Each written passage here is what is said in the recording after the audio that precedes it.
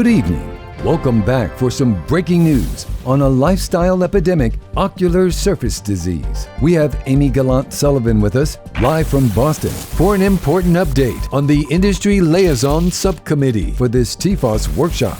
This committee will provide constructive critiques of Subcommittee Draft Reports. These will be forwarded to the subcommittees for their consideration. Oh, yes! Just in. Breaking news. Thank you. We now have our industry sponsors. Here is a full lineup of companies who are underwriting this global effort, the new TFOS workshop. Here are the industry sponsors for the TFOS, a lifestyle epidemic, ocular surface disease. Diamond sponsors, Alcon, CooperVision. Silver sponsors, Bausch Lomb, Santen Pharmaceuticals.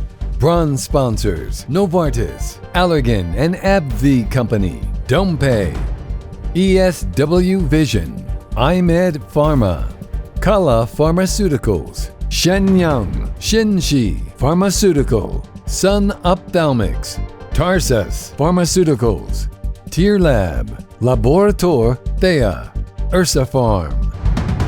Thank you again to all of the industry sponsors who are supporting this very important TFOS global initiative.